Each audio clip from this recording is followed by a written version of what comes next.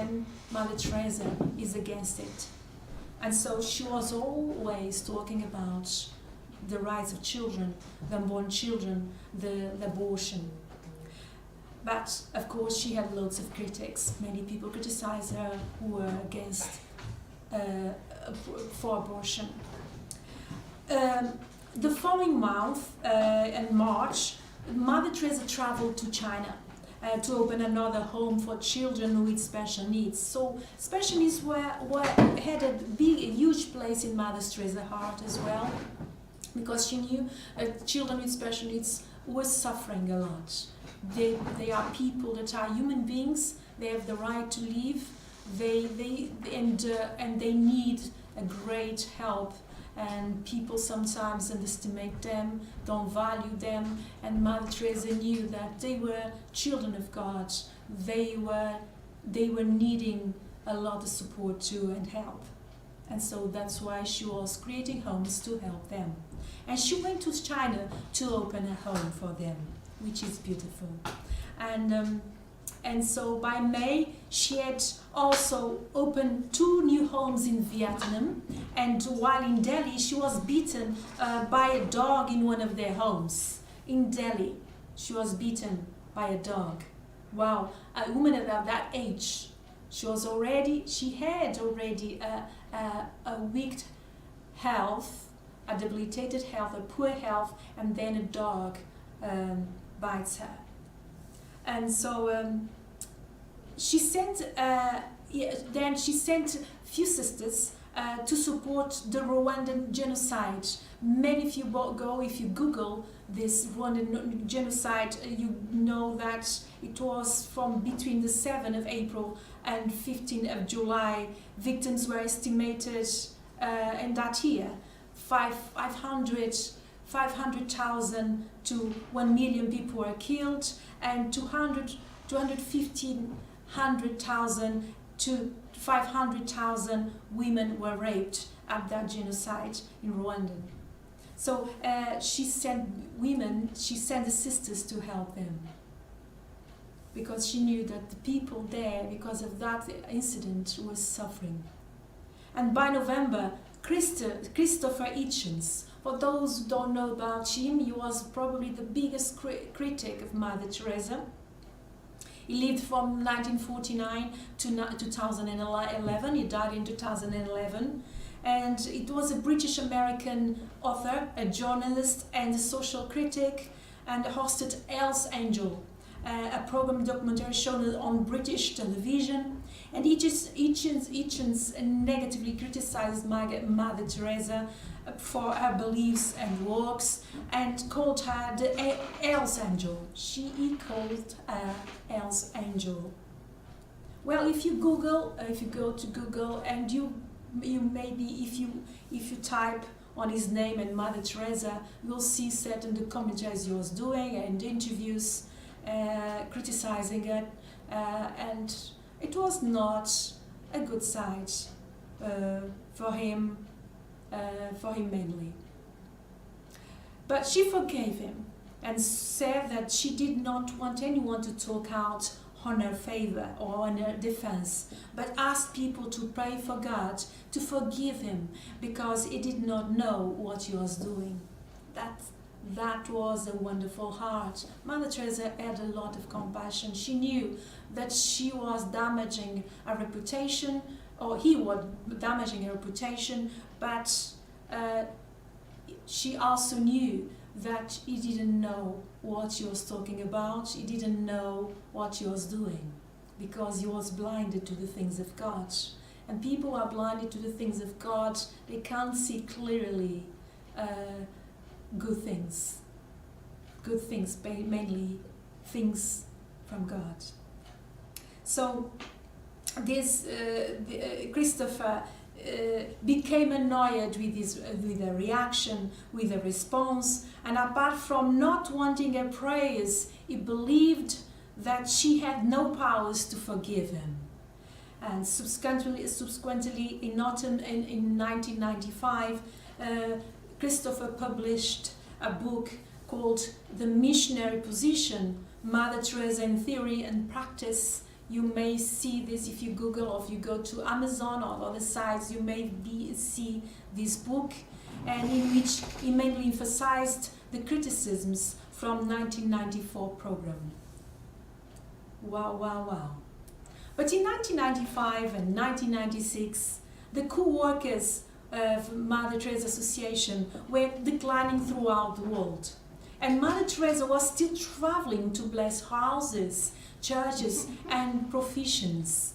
But due to the increasing requests in so many countries for her presence, it was getting harder to her to be present, mainly for the blessing of houses and professions of her sisters. It was getting harder and harder for her to go around because of her as well poor health.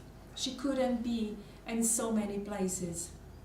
And at the beginning of April 1996, Mother Teresa fell out of her bed at the mother's house in Calcutta. She broke her collarbone and was treated in the Woodland nursing home and accompanied by Sister Nirmala in June of that year.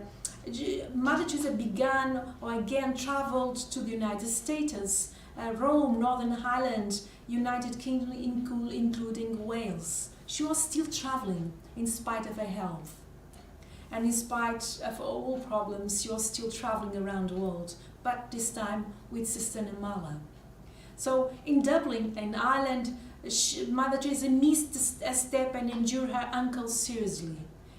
But she continued her works in spite of this, including staying for 4 days in Swansea, in Wales, where she opened a convent of her order. She was always working for the poor of the poor. She really wanted to help the people in need. The people were suffering for the good of the world. But during this week of August, Mother Teresa was once more admitted to the Woodland nursing home in Calcutta. She was unconscious with fever, and she only could breathe only with the assistance of a respirator. And again, people around the world were praying for her again.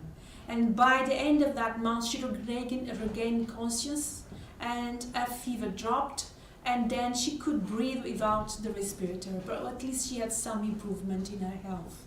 She left the nursing home at that time after that, but after a few days she was readmitted to the nursing home again because she was feeling dizzy. And in November of that year, 1996, she was again suffering chest pains and heart failure again. That was becoming very, very a negative point for Mother Teresa. And as a consequence, she had surgery to remove artery blockages because she was suffering for those who've been watching these episodes, Mother Teresa's lives. You know that Mother Teresa was suffering because of problems with her heart, and which were aggravated by long-standing lung and renal problems. People from different faiths were praying for Mother Teresa around the world. She had helped so many people to die in peace, with dignity. Now was the time for others to help her, at least in prayers, to die in dignity. And in January 1997, it was announced that due to her health condition, to Mother Teresa condition, Mother Teresa wished to resign as General Superior of her order. And in March 1997, Sister Nirmala, the former head of the Contemplative Sisters, assumed Mother Teresa's mantle as Superior General, Sister Nirmala. Sister Nirmala repeatedly asked people to call her Sister, not Mother, because in her understanding, in her own words, she said there was only one mother, and that mother was Mother Teresa. And she was not mother, she was a sister. That was incredible. That she really honored Mother Teresa. She had really respected Mother Teresa, but above all, she really loved Mother Teresa. Incredible, beautiful. But in spite of her debilitated health, now supported with oxygen, Mother Teresa was being supported with oxygen to live. Mother Teresa was still walking, traveling, in spite of her condition. With help of the oxygen, she was still walking and traveling. Incredible. And in May 1997, Mother Teresa went to Rome for the profession of sisters and to talk to the Pope for the plan of rehabilitation, of rehabilitating the thousands of prostitutes in Rome. And Mother Teresa, then traveled to the United States in 1997. And she still traveled to the United States again for the profession of homes of some of her sisters, and received a congressional gold medal in recognition of her humanitarian and charitable activities. That was beautiful. But Mother Teresa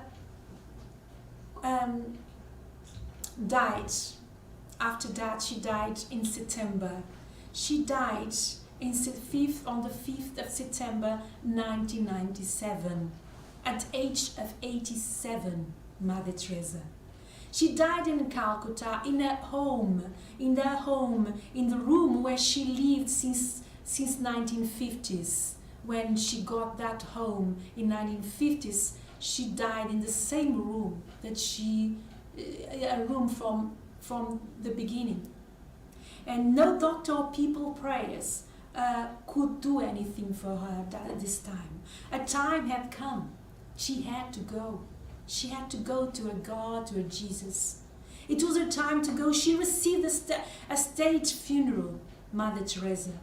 She received a state funeral from the Indian government in gratitude for the service to the poor, in gratitude for the service to the poor of the poor, everywhere around the world, in all religions in that country.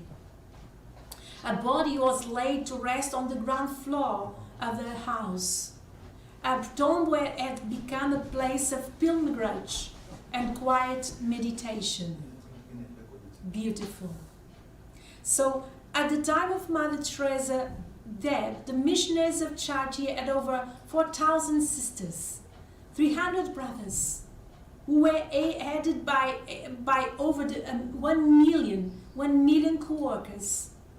They were operating 610 missions in 123 countries. These included hospices, homes for people with AIDS, soup kitchens, orphanages, schools, leprosy and tuberculosis homes, women's aid, shelters, children and family counseling programs, and many more. Everything was working under the missionaries of charity from Mother Teresa at the time of her death in 1997. While Mother Teresa was alive, many people, particularly the Roman Catholic Church, considered her a saint.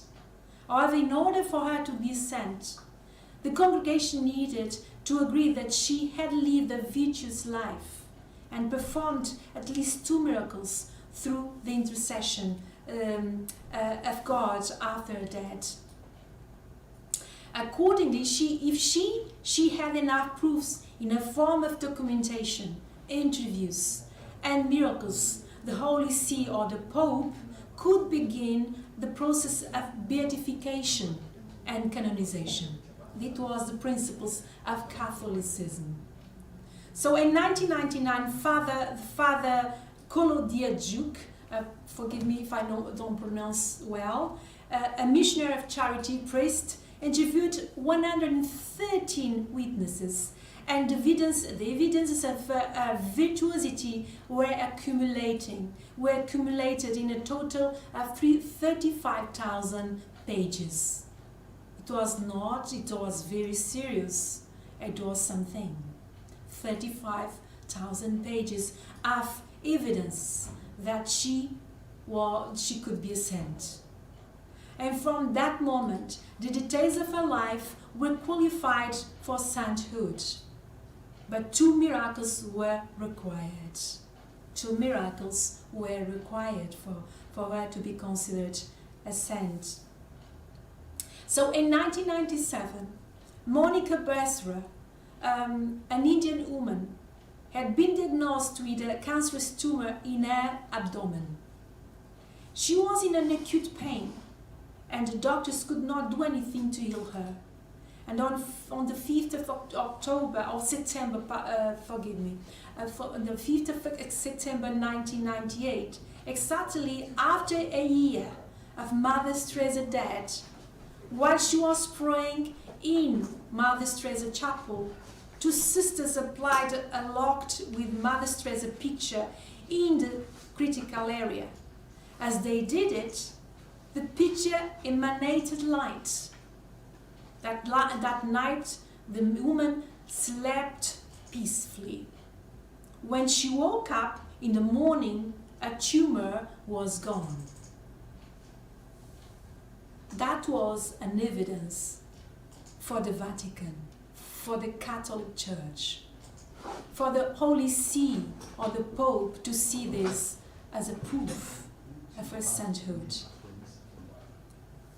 So some critics, including Christopher Hitchens and Indian-born Arup Chatterjee, author of the Final Verdict book, criticized her work and believed her healing was not evidence of divine intercession. But yet, although some doctors did not believe in a divine miracle, they were also not able to explain the healing of an overnight tumor. They were not able to explain that miracle, the doctors. But in contrast, many others, including a medical committee, trusted that her healing was a divine miracle. This miracle was recognized by the Vatican in 2002, and it expedited her beatification. So, but on 19th of October 2003, Mother Teresa was beatified by Pope John II in the Vatican City.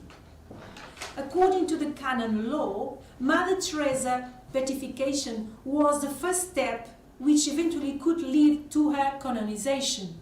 If a second miracle arose, just if a second miracle arose. Wow, wow, wow. But in 2007, there were about 5,000 sisters and 450 brothers worldwide operating 600 missions in 120 countries. Wow, a lot. And in 2008, a second miracle attributed to Mother Teresa happened. A Brazilian man called Marcílio Andrino had been diagnosed with multiple abscesses in the brain. He and his wife placed a relic of Mother Teresa near his head and prayed to her regularly. One day, he had a severe headache and was rushed into the hospital, this man. He had to have an operation, and the doctors informed his wife that her husband would not survive the operation. While in the operation room, he felt a sense of peace. The man felt a sense of peace. This man called Marcílio felt a sense of peace. And the headache had accidentally disappeared. On the following day, the doctors examined him, and to their surprise, Andrino's abscesses were disappearing. He was declared healed. It was a second miracle. Can you see? And so in 2012, the Missionaries of Charity congregation again had over 4,500 nuns and was active in 133 countries. That's a beautiful story, and you are finalizing it. But before you finalize, I just want to say that on the 17th of December 2015, Pope Francis recognized Andrina's healing as a miracle. And on the 4th of September 2016, the Pope Francis canonized Mother Teresa at a ceremony in the Vatican City. And on 6th of September 2017 or 2017, Mother Teresa was named co-patron of the Roman Catholic Archdiocese of Calcutta. So Mother Teresa legacy will go on forever. Her work extended more than half a century in Calcutta and all over the world. That's beautiful. And that's the end of the story of Mother Teresa of Calcutta. I hope you enjoyed. I hope you took something from this beautiful story, beautiful example of life, beautiful legacy to all of us. This legacy goes forever, will go forever. Her work extended